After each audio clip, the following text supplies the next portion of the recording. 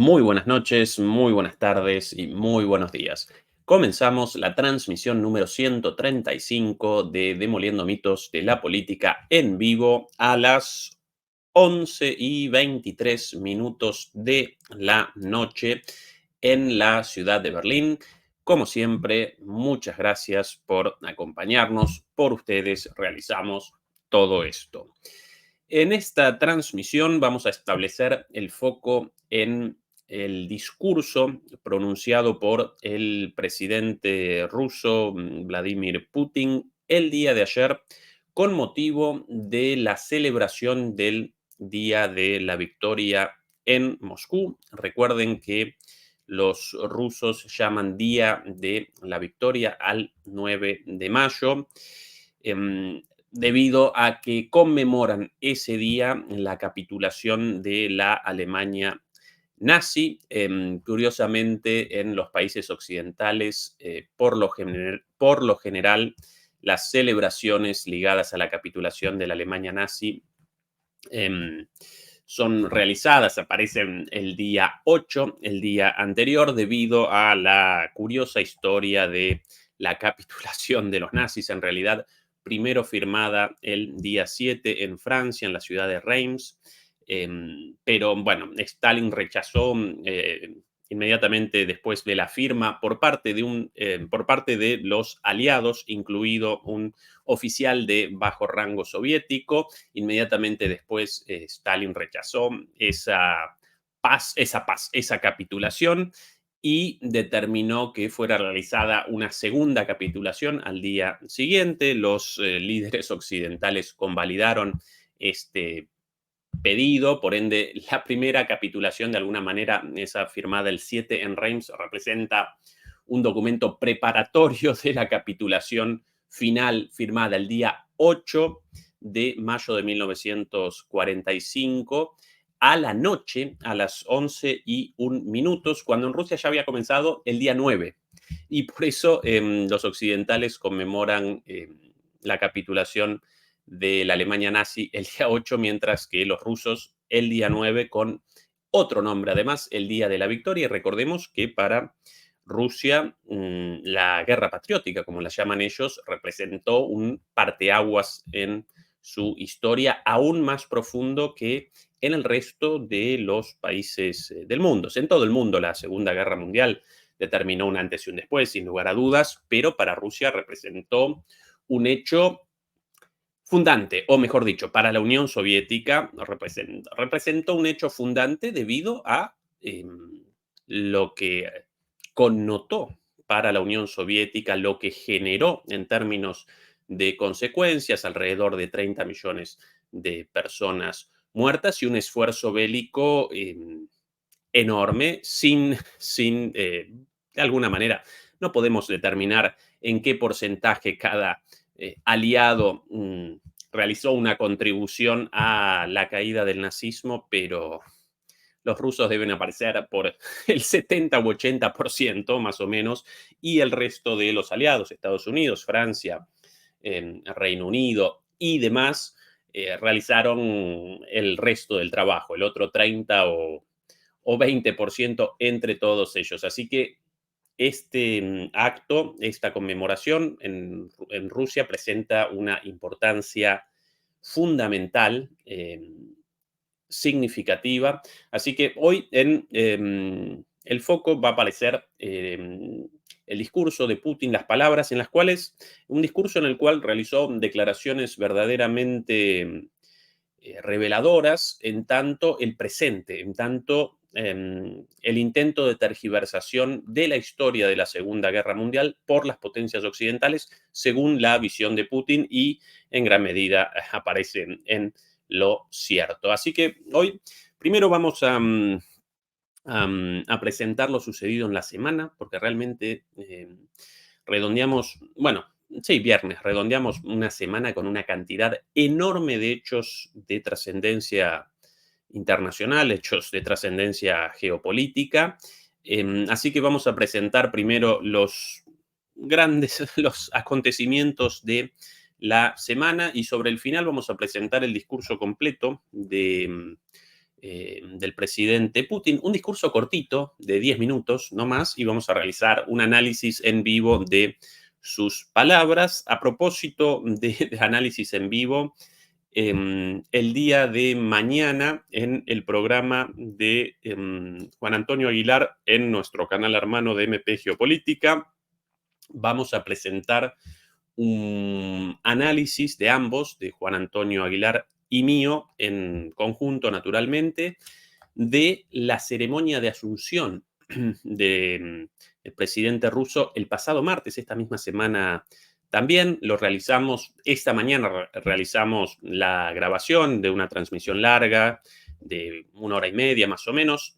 Tanto esa transmisión en directo la presentamos aquí, aparece en el canal, en los videos, la transmisión de la Asunción, muy simbólica, muy significativa y con un discurso también importantísimo de Putin, importantísimo por los mensajes hacia Occidente en el marco de una guerra entre Rusia y la OTAN y más aún en el marco de eh, el primer conflicto en torno a la configuración o a la reconfiguración del orden mundial, ¿sí? La transición de un orden mundial unipolar hacia un orden, perdón, de un orden mundial unipolar hacia un orden mundial multipolar. De ahí lo trascendente. Si quieren presenciar la transmisión entera, ahí aparece en los videos. Lo mismo si quieren el discurso del día de ayer de Putin entero, también aparece entre los videos. Hoy realizamos la publicación y nosotros aquí vamos esta noche a realizar el análisis en directo de esos 10 minutitos. Antes de eso, mientras ya van apareciendo los demoledores y las demoledoras, como siempre, al pie del cañón, Beatriz Pulido y Salomón Krakenberg, nuestros moderadores. Muchas, muchas gracias por ayudarnos, Beatriz y Salomón. Podemos comenzar entonces con este recuento de la semana. La semana comenzó fuerte, movida, caliente, con el inicio de la incursión militar terrestre de las Fuerzas Armadas israelíes en Rafah.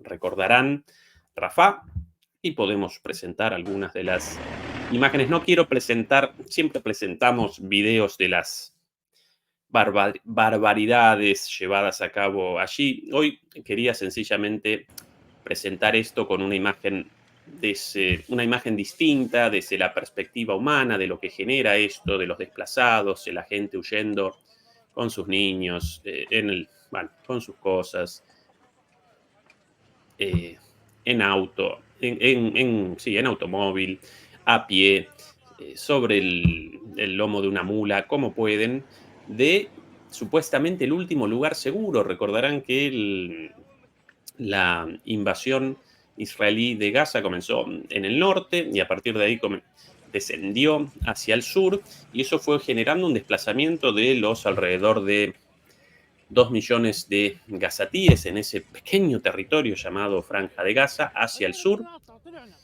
Y bueno, el único lugar hasta ahora no atacado por vía terrestre, sí atacado a través de ataques aéreos específicos, pero el único lugar hasta ahora no invadido, no atacado masivamente, aparecía en el sur, aparecía en la ciudad de Rafah, con ahora nada más y nada menos que 1.500.000 personas en un territorio muy pequeño.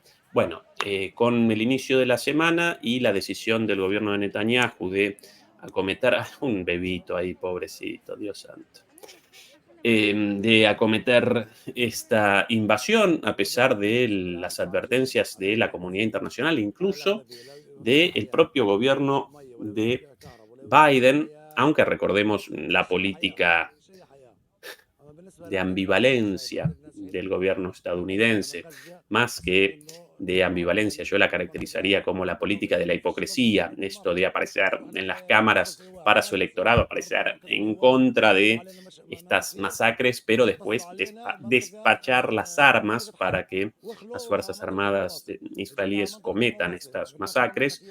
Bueno, a pesar de todo eso, el gobierno de Netanyahu determinó comenzar esta invasión y claro, la gente comenzó en el inicio de la semana a abandonar Rafah, el último reducto, el último pedacito hasta ahora no atacado masivamente, comenzó a abandonar esa zona hacia, por ejemplo, aquí, hacia las playas, ¿sí? El único lugar, eh, entre comillas, a salvo. Atención a los lugares, ¿no? Carpas, tiendas hechas sobre la arena, sin agua, bueno, sin servicios sanitarios, sin servicios cloacales, sin agua corriente, sin electricidad, sin nada, sin absolutamente nada. Esas son las condiciones de escape de la gente desesperada. Así que así comenzó la semana de manera verdaderamente horrible y lamentablemente, como recordaba hace 2 días en mi última participación en Todo es Geopolítica por en Negocios Televisión, muy probablemente este ataque no represente el último, ¿sí? Muy probablemente recogen el agua del mar directamente porque carecen de agua, entonces esa es la única forma, por lo menos, de el lavado, el aseo personal. Bueno, muy probablemente no represente el último porque, una vez más, el objetivo de esto básicamente responde a la expulsión o la eliminación del pueblo palestino y la eliminación o la cancelación de la posibilidad de la salida de la resolución de los dos estados, la creación de un estado palestino, bueno, en convivencia con el estado israelí. Por lo tanto, independientemente del resultado respecto a la supuesta liberación en torno a los supuestos objetivos de esta locura, supuestos porque presentan como objetivos la liberación de los rehenes y la derrota militar de Hamas, pero ninguno de estos ataques generó ni siquiera nada parecido a eso, simplemente bueno, la, la muerte y la desesperación de la población civil gazatí. Por lo tanto, como esos objetivos representan objetivos ficticios y el verdadero objetivo responde a lo dicho, el desplazamiento, la eliminación de este pueblo, muy probablemente de aquí a poco tiempo, una vez concluida esta última fase, supuestamente la última, ¿sí? De norte a sur, esta supuestamente la última, pero muy probablemente vaya a comenzar. De aquí a poco vamos a presenciar una nueva ofensiva en otro lugar, ¿sí? Así de sencillo, porque una vez más esto responde a ese funesto objetivo de la eliminación de la posibilidad de los dos estados. Por cierto, en muchos lugares en los cuales las Fuerzas Armadas israelíes realizaron incursiones terrestres y conquistaron por momentos, temporalmente, el control de la zona, cuando abandonaron esa zona, abandonaron el control nuevamente y esa zona, el control de esa zona fue reconquistado por Hamas debido a sus famosos túneles, a su red de túneles y, bueno, debido a la imposibilidad de un control absoluto frente a, bueno, a un pueblo en rechazo de una invasión, naturalmente, ¿no? Así que esa es la primera noticia del día. La segunda, eso entre el fin de semana pasado y el inicio de esta semana. La segunda noticia importante apareció el día martes con precisamente la asunción de Putin, la asunción a su quinto, a su quinto mandato, con un acto verdaderamente espectacular, muy solemne, muy cuidado, con muchísima simbología. Hoy precisamente, como recordaba recién, realizamos por la mañana el análisis de ese acto en vivo, una suerte de reacción de Juan Antonio Aguilar y mía a lo sucedido allí y verdaderamente a pesar de nuestros conocimientos y de haber presenciado el acto originalmente, una vez más nos maravillaban eh, las simbologías, los gestos, la solemnidad, bueno, las palabras de Putin también, pero por sobre todas las cosas el medio, ¿no? Recuerden esto del medio es el mensaje, esta máxima de Marshall McLuhan, uno de los padres de los el padre de los estudios críticos de los medios de comunicación, bueno, el medio, lo que generaban como puesta en escena, como escenificación del poderío ruso, de la proyección de Rusia hacia el mundo, de la visión de los rusos sobre sí mismos, una cosa verdaderamente espectacular y con muchas definiciones de Putin relativas a la relación de Rusia con Occidente y relativas al futuro y al futuro camino de Rusia. No voy a particularizar las cosas dichas, porque para eso deberán mañana a las 9 de la noche presenciar el programa de Juan Antonio Aguilar. Ahí realizamos un análisis en profundidad y en vivo de todo lo dicho. Solamente quiero referenciar lo sucedido en esta transmisión, bueno, la asunción y un acto verdaderamente muy, pero muy significativo. Eso el día martes. Día miércoles, qué semanita, mamita, ya en los primeros días un montón de cosas. Día miércoles, el día miércoles, Xi Jinping desembarcó en Serbia. Recuerden que Xi Jinping durante esta semana realizó una gira europea. Inicialmente, si no recuerdo mal, el día lunes, o puede que el día domingo, un día antes, perdón por la imprecisión, Xi Jinping había desembarcado en Francia, realizó reuniones con, bueno, el presidente Macron. La recepción generó mucho revuelo porque no fue recepcionado en una visita oficial, lo cumplimentó en el aeropuerto el premier, perdón, el primer ministro, no lo llaman premier en Francia, sino primer ministro, una figura política de segundo orden, un muchacho jovencito de 30 y pico de años, bueno, desalineado y demás. Los analistas deliberaban sobre el porqué de esa decisión, si como una forma de agravio, de provocación, por qué no participó directamente eh, el presidente Macron, o si sencillamente representó un error diplomático, una estupidez. Lo cierto de todo esto, desembarcó a principios de la semana, desembarcó en el aeropuerto con la recepción de un eh, político de segunda línea, por lo menos no del presidente, y tras esa primera escala, el día miércoles realizó el arribo a Serbia, a Belgrado, en un día muy especial, por cierto, porque ese día en particular representaba el aniversario. En ese día los serbios conmemoraban el ataque de la OTAN contra Belgrado, ¿sí? Recordarán, en aquel entonces había comenzado 1999, si no recuerdo mal, la República Yugoslava, todavía con ese nombre, Yugoslavia. Bueno, presencia, o en la República Yugoslava, mejor dicho, comienza un alzamiento de milicias armadas en la región de Kosovo, milicias armadas kosovares pro-albanesas, partidarias de la autonomía, la separación, ¿sí? La creación de un país distinto, ¿sí? Un país propio. Las fuerzas yugoslavas responden, comienza un conflicto armado y en ese contexto, las Naciones Unidas, en una resolución aprobada por 14 votos positivos y una abstención, todos a favor.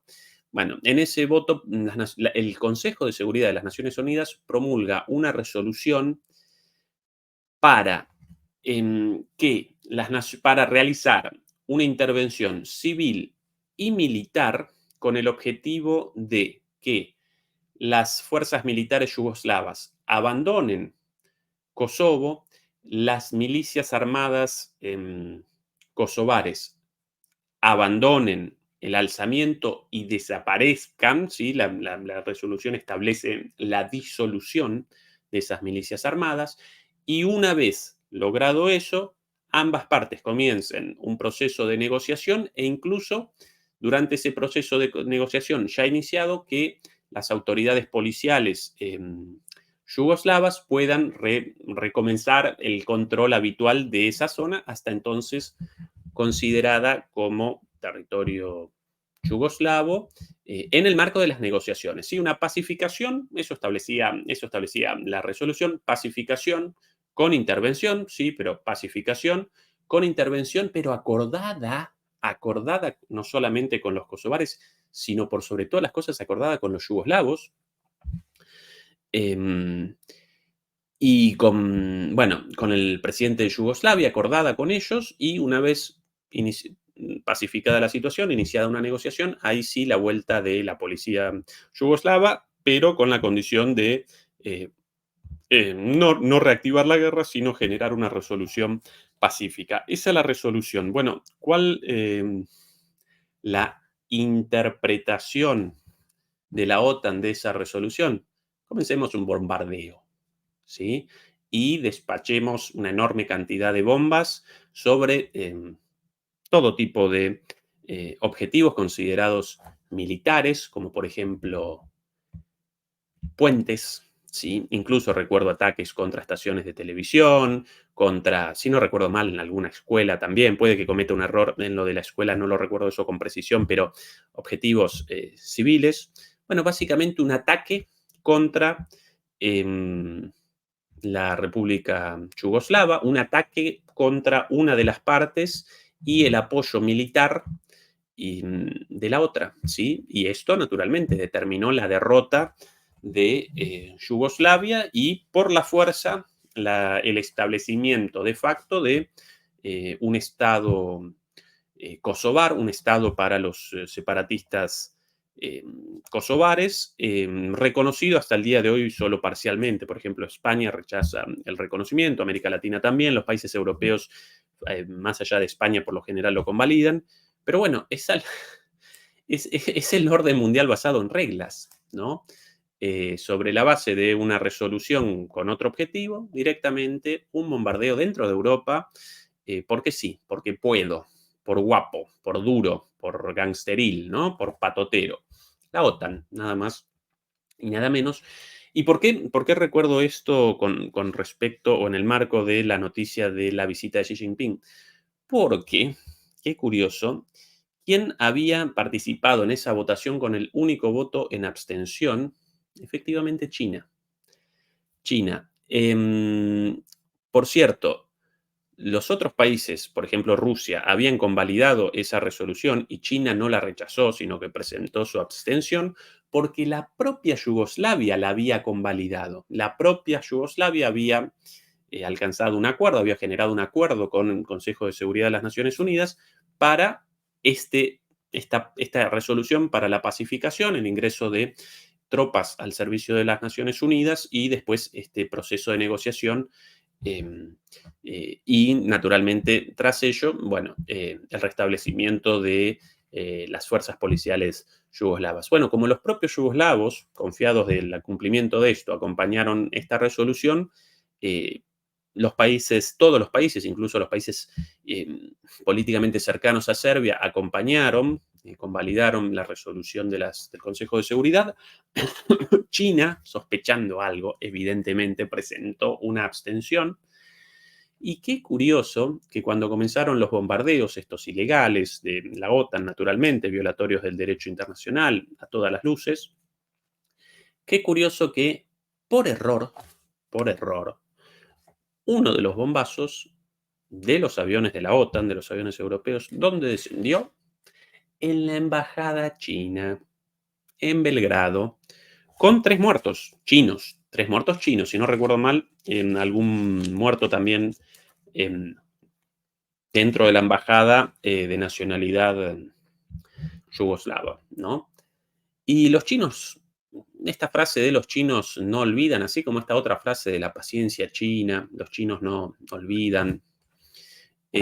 Bueno, no por nada, en una visita de Xi Jinping a Europa con 3 escalas planeadas. La primera Francia, la segunda Serbia y la tercera Hungría. Bueno, la de Francia con cierta lógica por la importancia de Francia. La de Hungría con una lógica política también por la posición de Orbán como voz crítica dentro de la Unión Europea respecto a la guerra en Ucrania, pero además en el medio la visita a Serbia, un país dentro del marco europeo relativamente pequeño, sin, no un país muy poderoso, con el mayor de los respetos dicho esto a todos los serbios, naturalmente. Pero los chinos recuerdan y recuerdan ese ataque a la embajada china y la muerte de 3 chinos.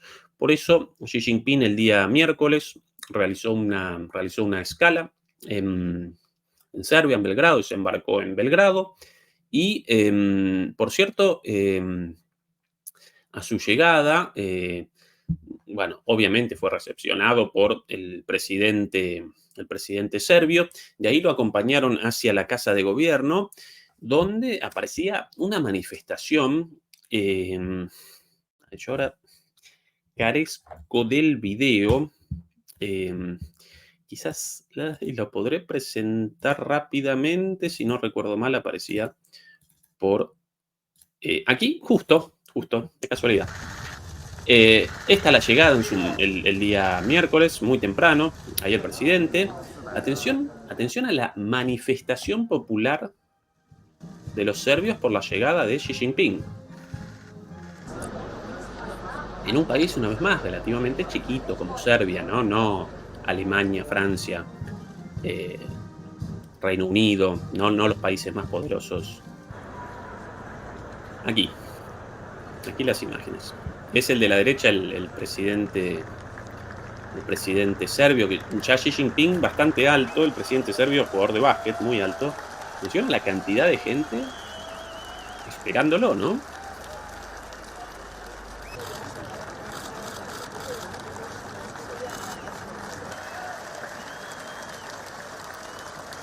Bueno, mucha, pero mucha gente.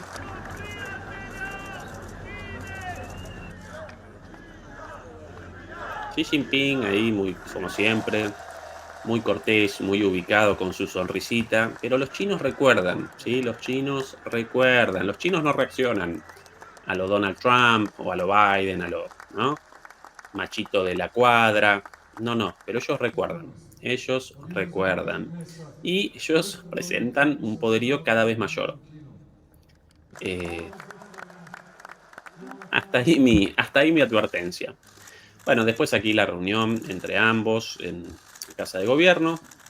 Muy alto el presidente serbio, Xi Jinping, si no recuerdo mal, un tipo de 1,85 m. Y el presidente serbio una cabeza más alta, un lungo, lo llamaríamos en Argentina.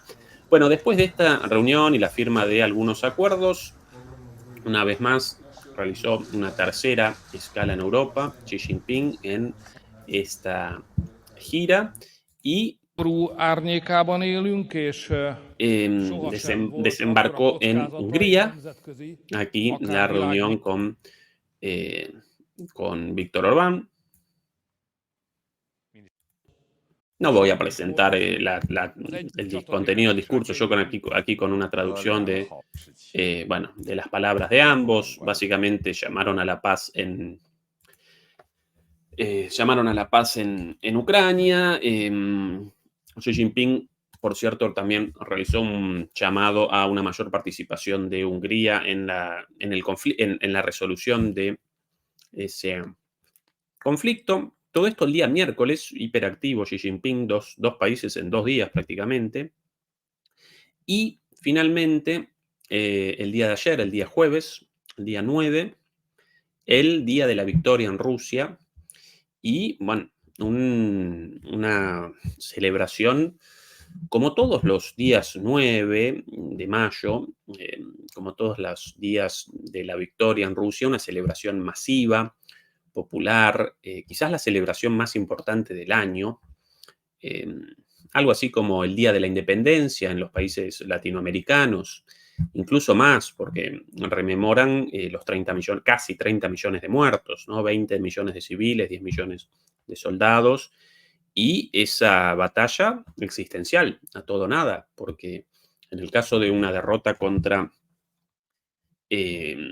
contra las tropas nazis en los años 40, bueno, eso habría determinado la eliminación de la Unión Soviética como Estado, pero muy probablemente también de la nación rusa o de la nación soviética o de las naciones eslavas, ¿no? Recordemos que eh, querían eso, eh, los, los nazis, básicamente. Así como en su campaña militar hacia el oeste, hacia Francia principalmente.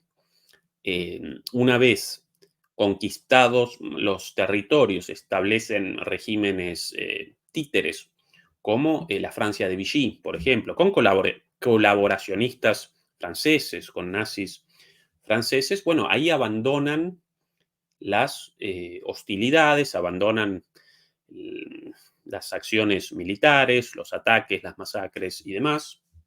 Comienza así la lucha contra la resistencia y demás, pero abandonan las hostilidades.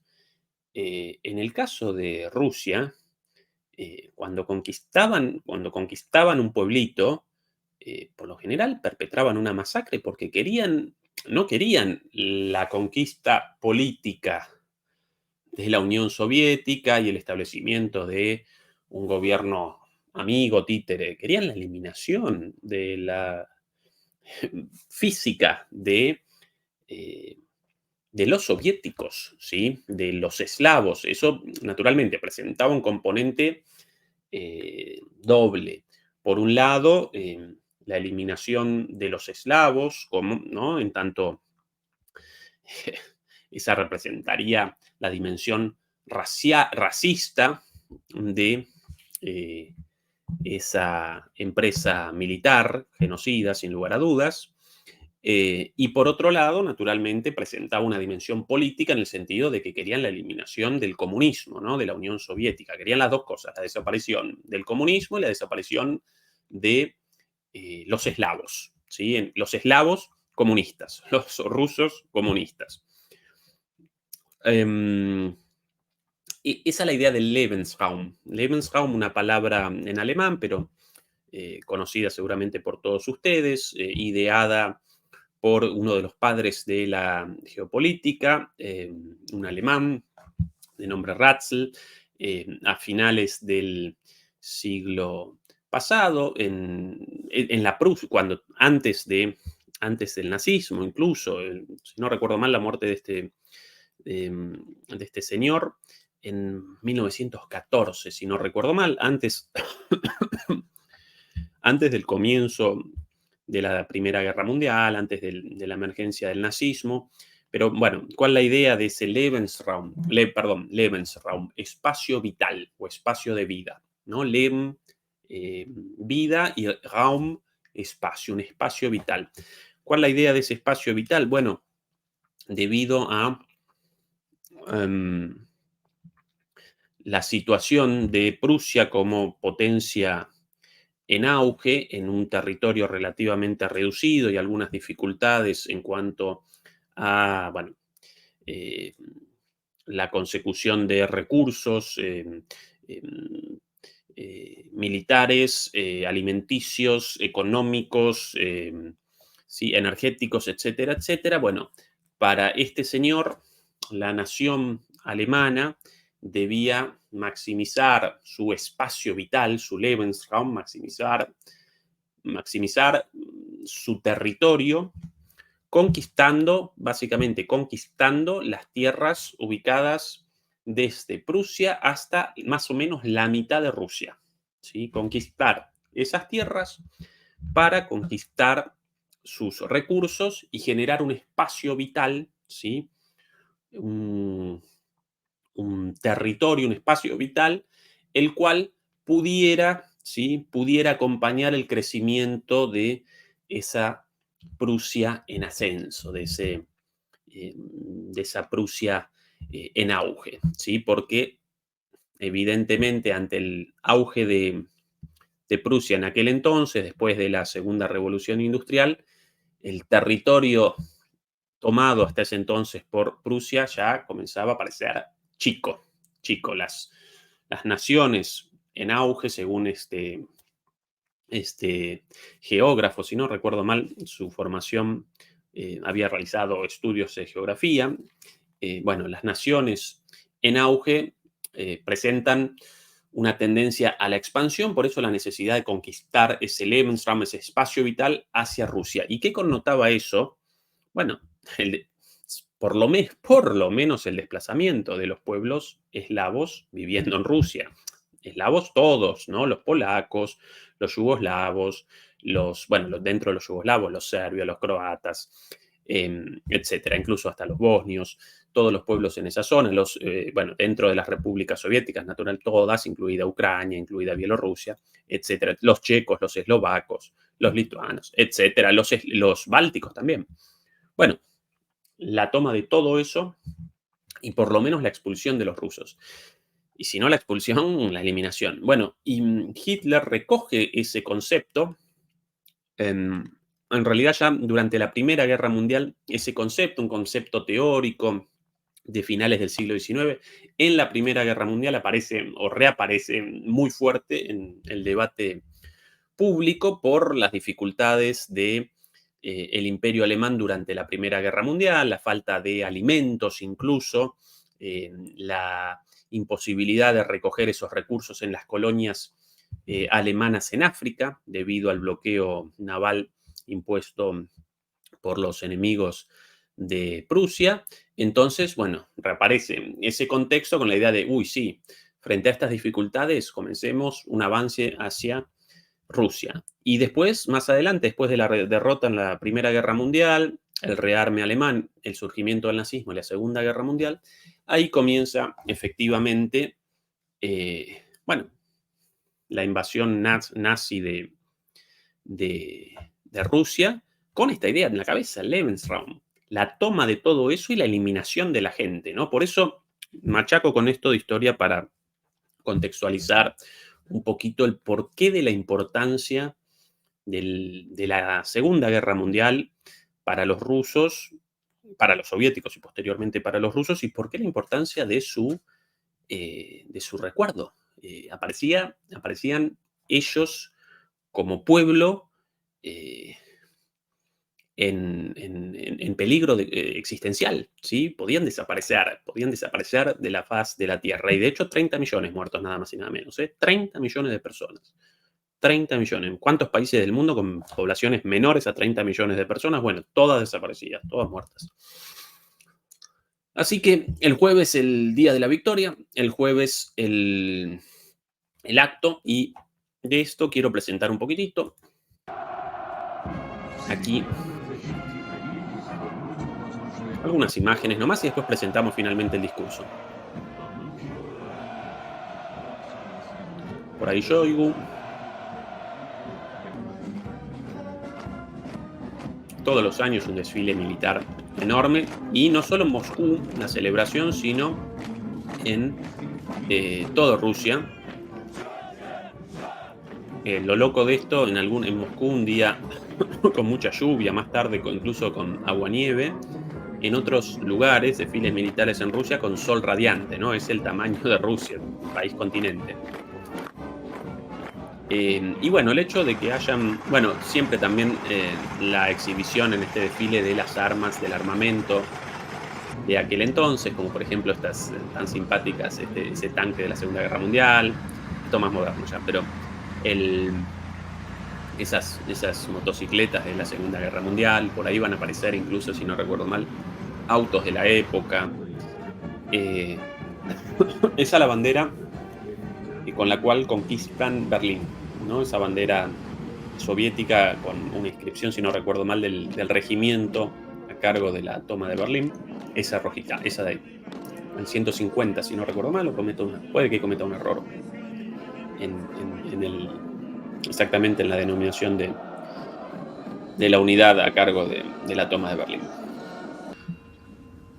Siempre los veteranos y los supervivientes, el minuto de silencio.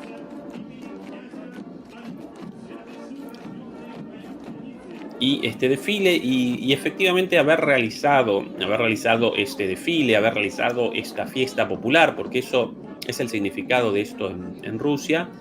Y para Rusia, para los rusos y para el gobierno aparece como un éxito, representa un éxito, porque bien podían los ucranianos perpetrar un atentado acá y generar con una sola granadita tirada por ahí, de alguna manera, una mancha y el ensombrecimiento, de alguna manera, ¿no? Sí, sí, de alguna manera generar la destrucción de esta fiesta popular. Hay autos de la época, siempre hermosos esos autos de época, preciosos, qué bonitos. Bueno, los chips, esos soviéticos, naturalmente, de aquel entonces. Una celebración popular. Esto Moscú. Atención a las diferencias de clima, ¿no? Siempre súper ensayado, marchando perfectos como robotitos para uno al lado del otro, perfectos, a pesar de la lluvia, el aguanieve y demás.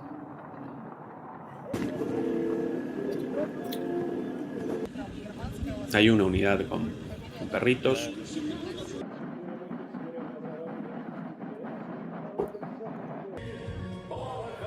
Esa la bandera. Bueno, esto aparentemente, si no recuerdo mal, más al sur, en dirección hacia el Cáucaso. Bueno, unas celebraciones en una escuela secundaria. Esa la bandera de la conquista. Sí, efectivamente, el regimiento 150, si no recuerdo mal. Esa es la bandera de la conquista de Berlín.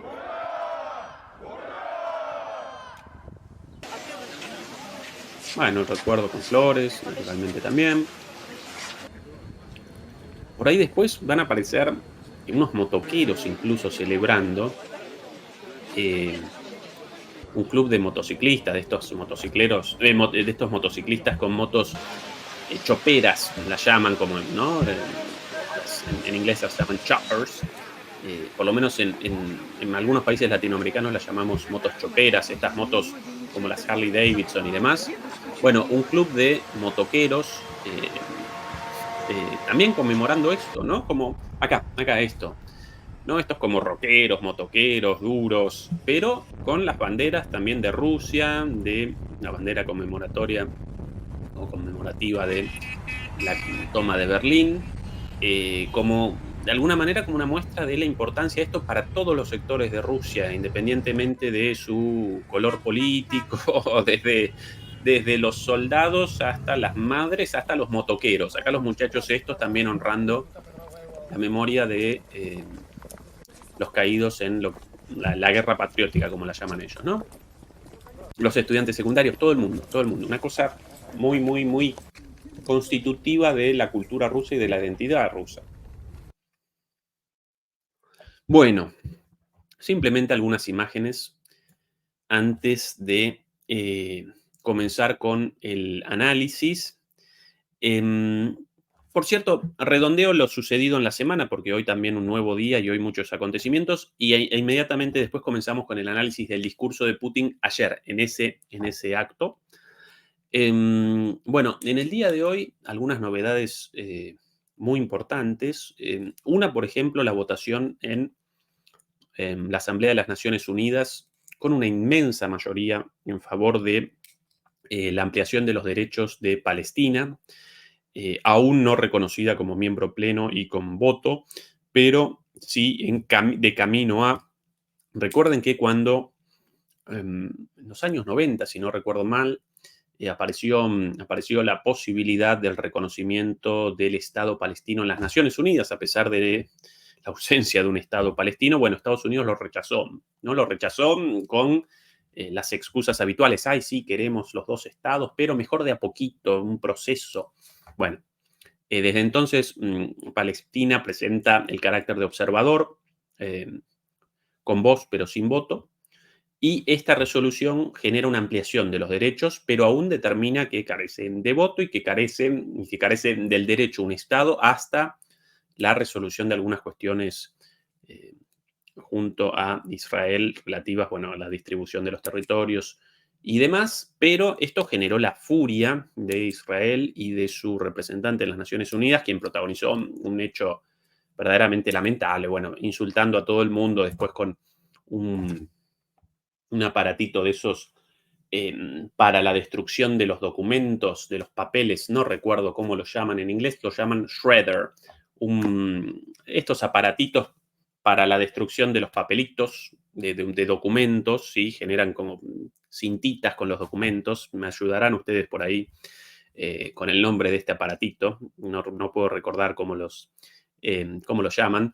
Bueno, y frente a todos en el estrado comenzó a generar de alguna manera con las hojas de la Carta de la Carta de las Naciones Unidas a una trituradora. Gracias por ahí, Benito Martínez Senderos. Bueno, a generar papel picado, papel triturado, con esta trituradora, con el documento fundacional de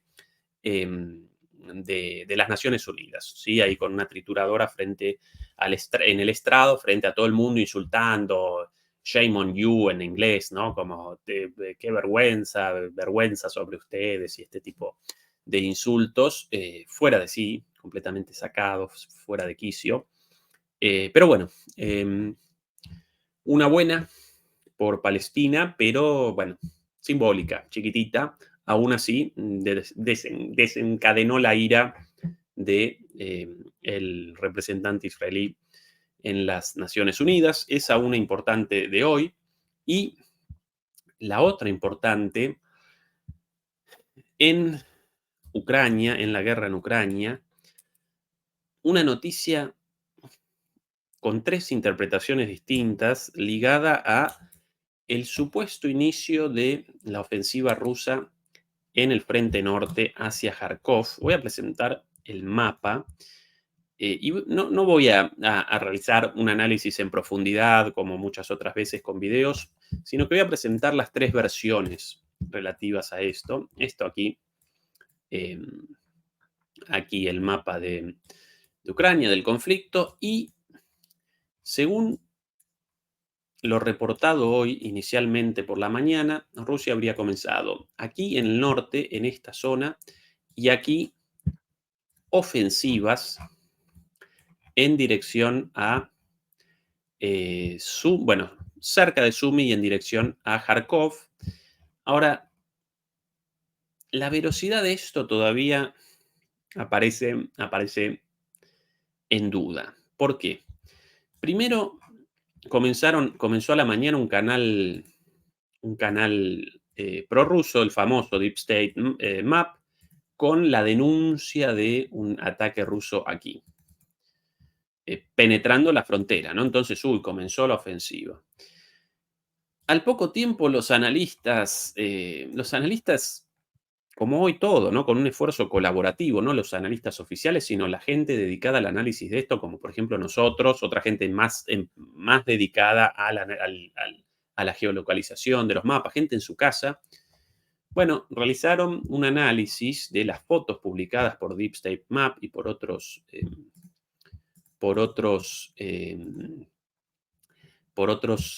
canales pro-ucranianos y determinaron que esas imágenes de un convoy, una caravana de vehículos blindados rusos destruidos, en realidad no aparecían del lado ucraniano como muestra del inicio de la ofensiva rusa, sino que aparecían aquí, todavía en territorio ruso.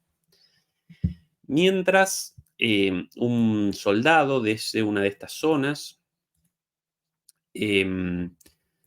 presentó un video, ¿no? Realizó un anuncio, no recuerdo exactamente desde qué localidad, desde una por aquí, bueno, o desde otra localidad por aquí, ¿no? Un soldado este de aquí. Bueno, acá aparece, sí. Va a comenzar fuerte seguramente el volumen, cuidado. Igual. ¿Por qué no quiere comenzar el video? Bueno, sencillamente un video de un soldado ucraniano presentando muy preocupado las dificultades de ¿no? Realizando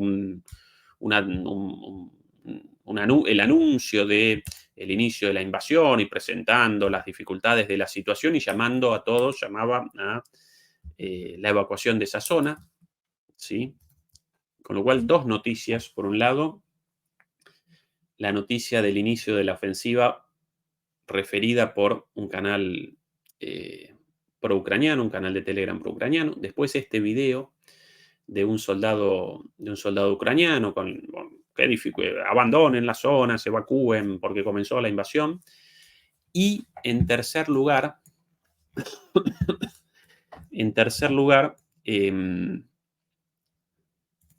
un video de Zelensky, poco después, este de aquí, enojado con el anuncio también de Росія почала нову хвилю контрнаступальних дій на цьому напрямку. Bueno, esa es la sucesión de hechos. Después, en respuesta a esto, los propios creadores del canal Deep State, es el canal pro-ucraniano por excelencia, presentaron, al final esto es una fake news, una noticia falsa, ¿sí? Esto es fake news, noticia falsa, lo de la invasión en esta zona, donde ellos la habían posicionado, pero después presentaron esta imagen, supuestamente de este pueblito de acá, con imágenes del avance ruso, aparentemente. Con lo cual, esto todavía no fue rechazado. Aparentemente los rusos habrían conquistado ese pueblito, Pilna. Pero la noticia anterior fue rechazada como falsa.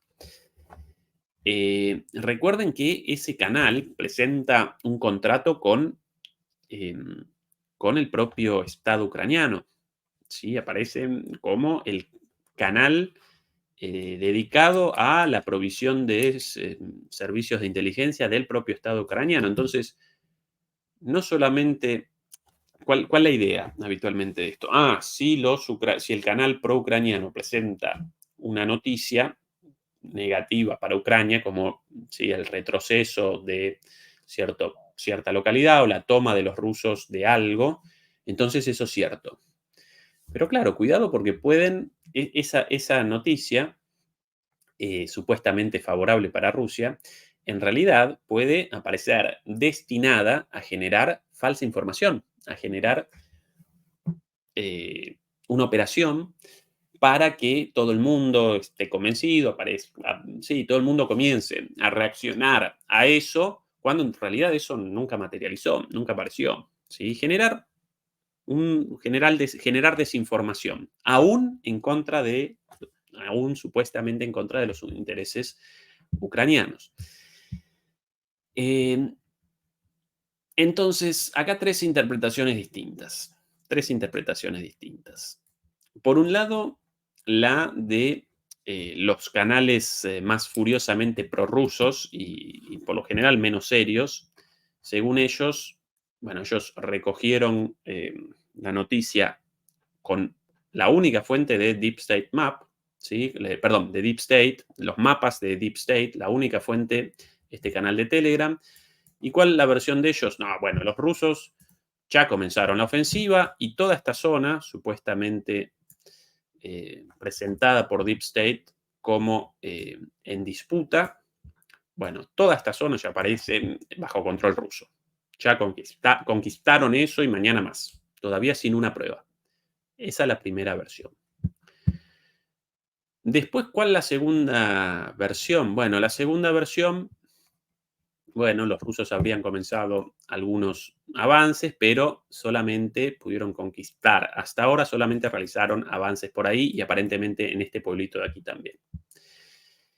Y la tercera versión, precisamente a partir de las dudas sobre esta información de Deep State, presenta esto como una operación de prensa ucraniana. Que comenzaron los ucranianos con esta versión, primero aquí, lo de Deep State, después este video de un soldado en esta otra localidad, no recuerdo exactamente, Ojirtsev, no, ahí el nombre, Hatishke, ¿sí? Después de eso, el discurso de Zelensky, y al poquito tiempo, después de esas 3 noticias y la difusión de todo eso, los rusos comenzaron la ofensiva, la reacción de Estados Unidos con el anuncio de un nuevo paquete de ayuda de $400 millones. Con lo cual, ¿cuál es la tercera interpretación? Generaron información falsa, generaron una operación de prensa con el objetivo de la obtención de más apoyo de Estados Unidos, con el engaño, los estadounidenses o engañados, o los estadounidenses como parte de esta orquestación, como parte de esta escenificación, pero necesitados de esta noticia en los medios, en la opinión pública, para poder realizar el anuncio del envío de $400 millones más en armas. Esa es la tercera versión, ¿sí? Por un lado, sí, comienza la de los super prorrusos basados en la información de Deep State, sin confirmación de nadie. Ya comenzó la ofensiva, Rusia conquistando pueblos. La segunda, algunos pueblitos, y la tercera, todavía no comenzó.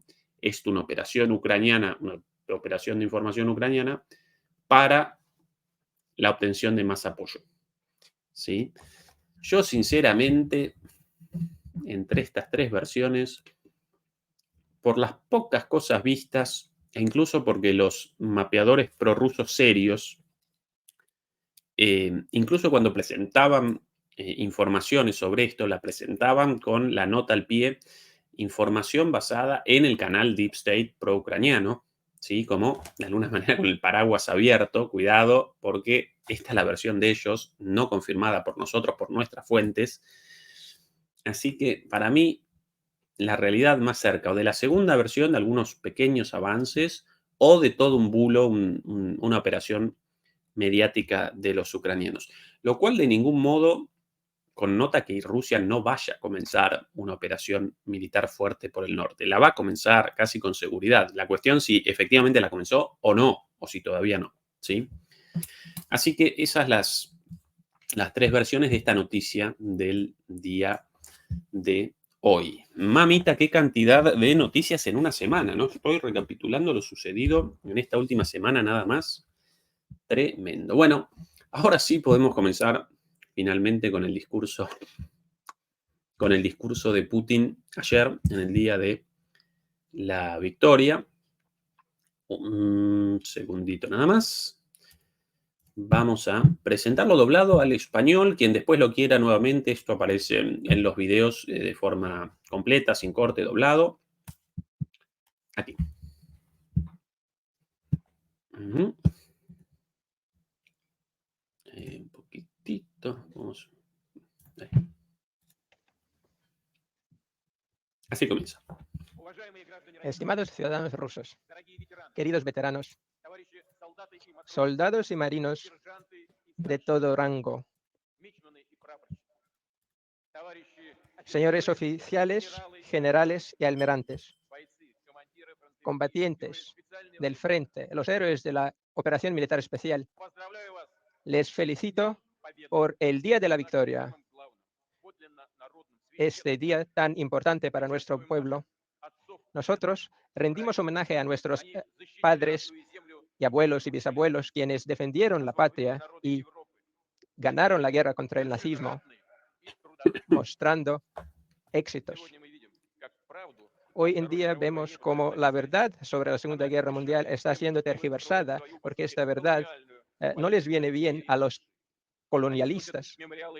Ellos están destruyendo monumentos a los que defendieron el mundo contra el nazismo y destruyen la memoria de las proezas de los militares del pasado y de su sacrificio. Bueno, un discurso cortito, pero comenzó con todo. Lo acompañan detrás muchos de los supervivientes de la Segunda Guerra Mundial, incluso muchos veteranos. La primera, felicitación a todos los soldados y a los combatientes de la guerra en Ucrania. Primera referencia directa.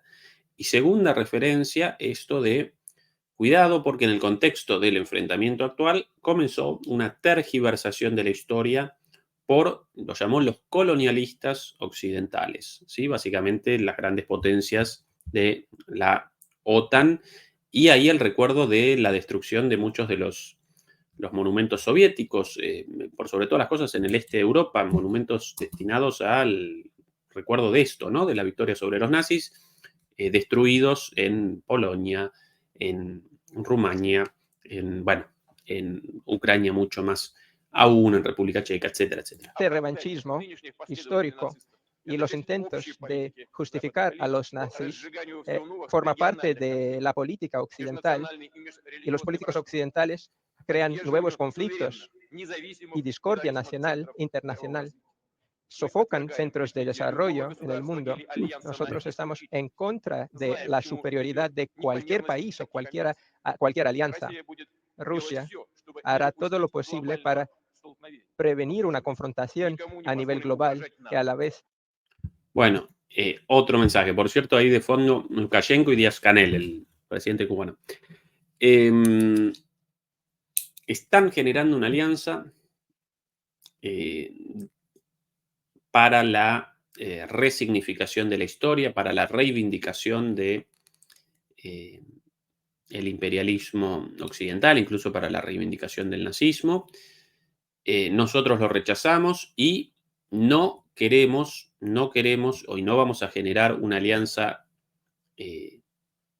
para la guerra, vamos a realizar lo imposible para desactivar un conflicto.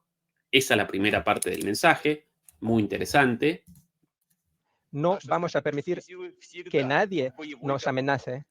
Pero la segunda parte, sí, no queremos un conflicto con Occidente, vamos a realizar todo lo posible para no generarlo, para no acompañar estas provocaciones, pero tampoco vamos a convalidar amenazas. Cuidado. Nuestras fuerzas están en alerta siempre. Occidente quiere olvidar de las lecciones de la Segunda Guerra Mundial, pero nosotros recordamos que el destino de la humanidad fue decidido ahí en las batallas en la Unión Soviética, en Stalingrad, en Leningrado, en otros lugares, durante batallas sangrientas a lo largo de la Unión Soviética. Los 3 primeros años tan difíciles de la guerra, todas las repúblicas de la URSS lucharon contra el nazismo casi solos, cuando casi toda Europa ayudaba a las fuerzas alemanes. Rusia no disminuyó. Escuchado eso, ¿no?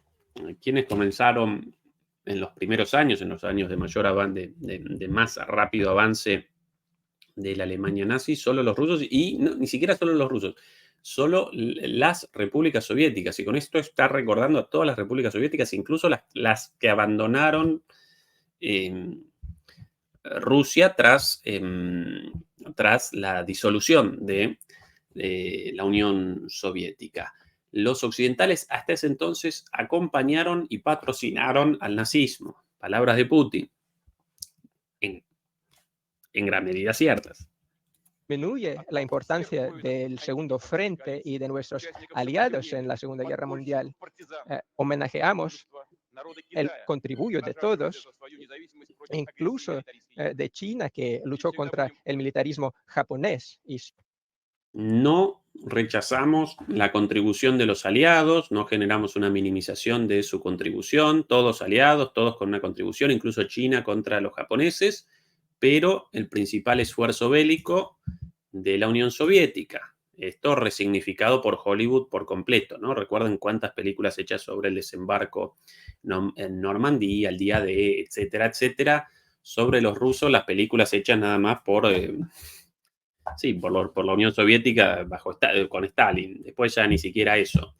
De Hollywood ni uno, obviamente, ¿no? Siempre recordaremos esto, nunca lo olvidaremos, nunca olvidaremos nuestra batalla conjunta, nuestras tradiciones de solidaridad.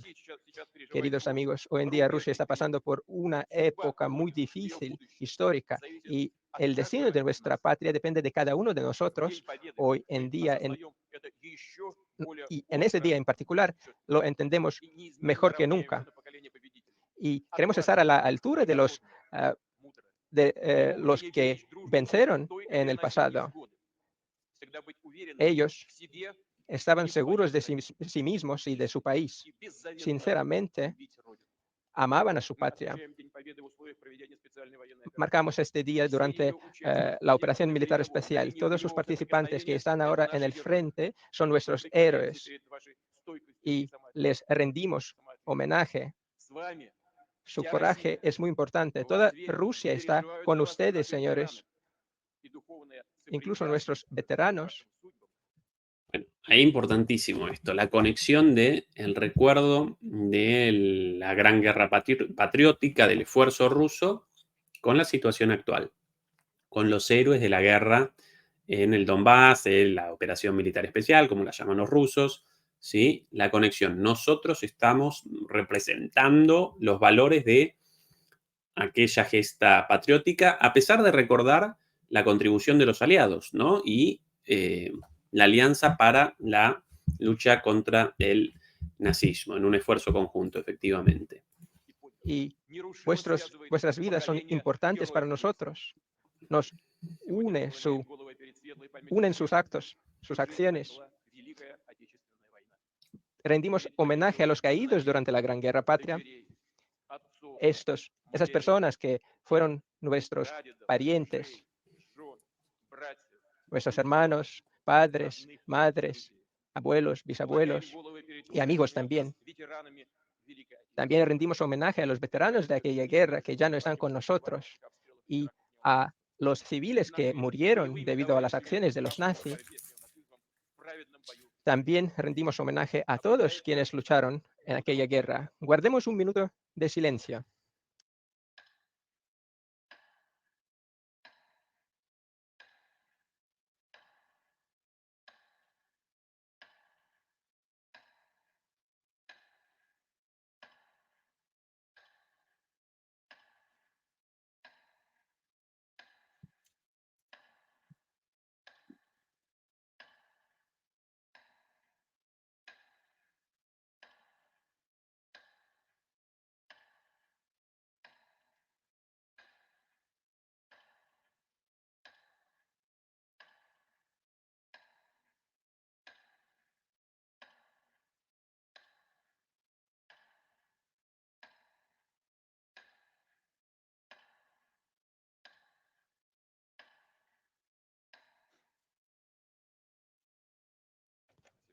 Gracias. Bueno, nosotros naturalmente también acompañamos el minuto de silencio por los caídos en esa guerra. A partir de ahora, más bien todo lo protocolar del recuerdo, pero dos mensajes fuertes en este discurso, ¿no? Por un lado, esto de la tergiversación. Por un lado, comenzar con el saludo y la felicitación a los combatientes actuales, número uno. Número dos, la denuncia de la tergiversación de la historia en el marco de la lucha por un nuevo orden mundial en el presente. Esto de querer presentar a los descendientes de los nazis de aquel entonces o a los defensores del nazismo de aquel entonces como los buenos y a los rusos, quienes rechazaron entonces al nazismo y quienes en este momento están protagonizando la batalla contra los defensores de aquel régimen, bueno, caracterizar a los rusos como los malos y a los nazis actuales como los buenos. La tergiversación de la historia. Es el segundo punto. Tercer punto importante. Están generando una alianza para esto. Nosotros vamos a realizar todo lo posible para no comenzar una guerra. Vamos a realizar lo imposible para no comenzar una guerra, pero por otro lado tampoco vamos a convalidar amenazas a la seguridad de Rusia, ¿sí? Y en cuanto a lo histórico, el último de los puntos, recordar, sí, bueno, participamos todos, esa solidaridad representa algo muy positivo, ¿no? Realizamos una reivindicación de la alianza contra el nazismo en aquel entonces, pero recordamos que el principal esfuerzo el principal esfuerzo bélico y societario de alguna manera, por la enorme cantidad de muertos, lo realizamos nosotros, ¿sí? Bueno, ahora va a redondear.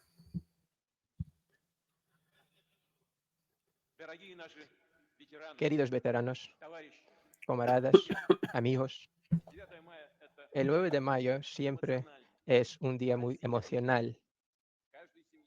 En cada familia se rinde homenaje a sus héroes. La gente mira las fotos, mira las caras de sus queridos y recuerdan las historias de la guerra. El Día de la Victoria une a todas las generaciones. Nosotros vamos adelante apoyándonos en nuestras tradiciones y estoy seguro de que juntos aseguraremos un futuro libre y seguro para nuestra patria, para nuestro pueblo unido. Gloria a las Fuerzas Armadas, por Rusia, por la victoria. ¡Hurra!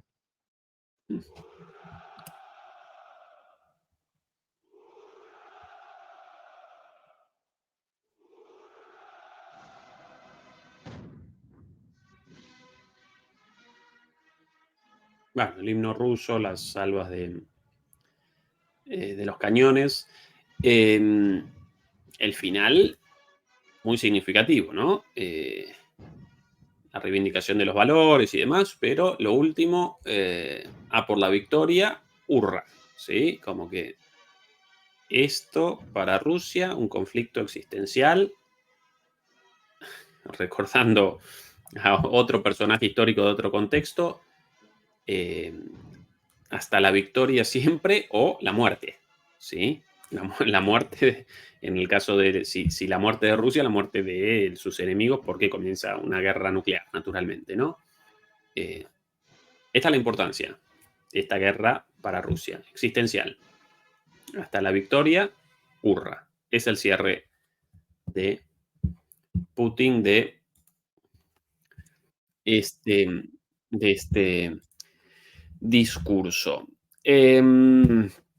Demoledores, demoledoras, acompáñennos con el like. Esta última semana y media comenzó una racia en YouTube, casi todos nuestros videos desmonetizados, incluso con algunas estrategias aún más lamentables que esa de cancelación de videos por supuesta infracción de copyright, pero falsa, después de días, bueno, ante la apelación rectifican, pero claro, videos ya viejos, así que ayúdennos con el like, eso nos ayuda contra la censura a través de la difusión. Recuerden el día de mañana, por cierto, ese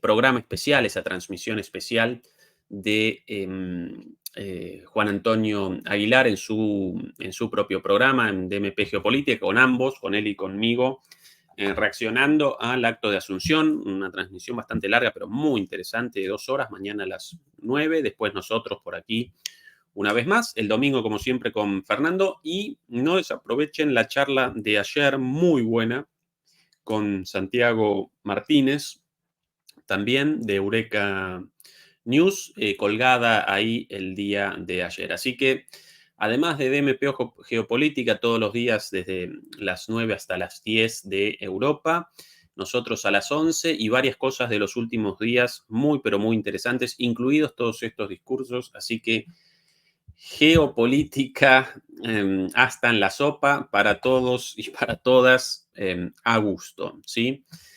Demoledores y demoledoras, los quiero mucho. Salomón Krakenberg y Beatriz Pulido, muchas gracias por la moderación. Hasta el día de mañana.